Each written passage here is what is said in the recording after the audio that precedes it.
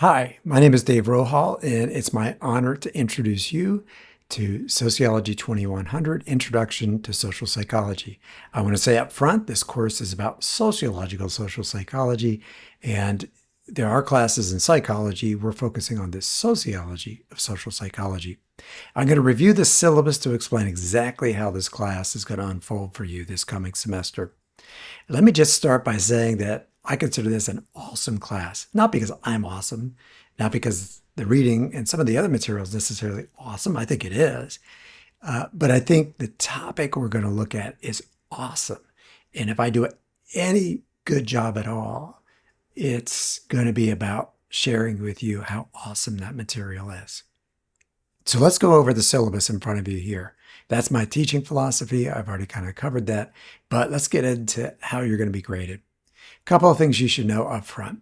First of all, there's only one textbook. In fact, it's this textbook, and yes, it does have my name on it. This textbook was conceived in the 2000s when my colleagues and I were worried that people were teaching social psychology and sociology, but they brought in a lot of psychology. And we really felt like we wanted to provide some information about what sociology was doing in this field. And then if people want to go and take psychology, in fact, I encourage you to do that, they can go take psychology, social psychology, and I guarantee you'll get a lot out of doing that. Here, we're focusing on the role of society in your day-to-day life, in your thought processes, and how you interact with other people on a day-to-day basis. Grading is another big part of this. It's important to know what you need to do. The first thing you should know is that you're going to be graded on a small quiz to make sure you've reviewed the syllabus. So make sure you look at the syllabus closely and you know how you're going to be graded. For me, the biggest part of this class are discussion posts, and they can't be AI generated or anything like that because they're really personal. You'll have options of questions to answer, but those questions really focus on applying course materials to your day-to-day life. So it's really important that you invest in those. You're also going to have chapter quizzes. Those are not going to be closed note or closed book or anything. You can have that, but I encourage you to consider not having your notes with you so that you can practice to see how well you're going to do on the midterm and the final. And in fact, you will have one midterm and one final, and those will be closed notes and closed books. So make sure you study for those. And there's going to be one, the midterm, that's going to incorporate, I believe it's chapter 6, into the actual exam itself. So there won't be a separate quiz for that. So how is this going to look? You're going to get 10% just for taking the quiz based on the syllabus and making sure you know how to do the class. You're also going to have chapter quizzes, and those are worth 20% of your grade. Discussion posts, also 20%, and then a midterm and a final. So that's it for the class. Pretty straightforward. I think you've probably experienced this before if you've ever had an online class. I want you to know for makeup work, you can turn some things in late, but you will have some grade deducted for turning it in late. Therefore, I encourage you to just get it done on time. I've tried not to put too much work in the semester, so I think you should be able to get things done on time. Typically, it's going to be due midnight the Monday after the material we reviewed. So that gives you the whole weekend, sort of get your thoughts together and so forth, and get everything up online in time. Obviously, there's no attendance in the class because we're an online class. If you need an accommodation, please just let me know and we'll work something out.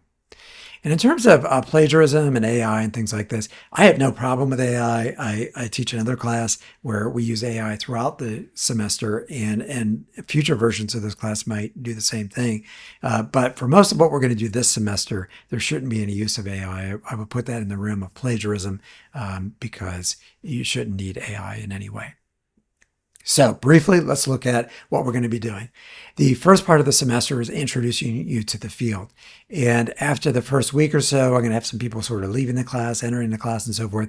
We'll get through chapter 1 in the first 2 weeks. Should be an easy 2 weeks for you. Plus, we have Labor Day. We're going to then get into what I consider the most important part of things right here is reviewing the 3 big perspectives. This is in week 3. We have 3 big perspectives in sociological social psychology. You want to get to know them really well. We're going to use them throughout the semester. We're going to get into the basics of how sociologists study things differently than, say, psychology. Spend some time about the study of inequality, why people are unfair to each other. We're spending a lot of time, 2 weeks, on self and identity because I think it's such an important topic. We do a lot of research in sociology about self and identity, and I think it's really important for you to know for your personal life. I also say that we're going to look at socialization, how we become the person we are today, and then deviance. Okay, we follow all these rules of society. Well, why do we break the rules of society that we create? So we'll look into that. We're going to spend 2 weeks on mental health. And again, I'm spending 2 weeks on this topic because it's a big issue in modern society. We're going to look at how society plays a role in our mental health. Then we're going to start rounding out the semester looking at attitudes, how society is involved in our attitudes and then our emotions. And then we're going to end on collective behavior. And then we'll end everything out with our final exam and look at our material as a whole at the end of the semester. My dream is that you'll review the material. It'll be material that will excite you and that you're going to learn a few things every week that later on in life you're going to see how it's relevant, both in your personal life and in your professional life.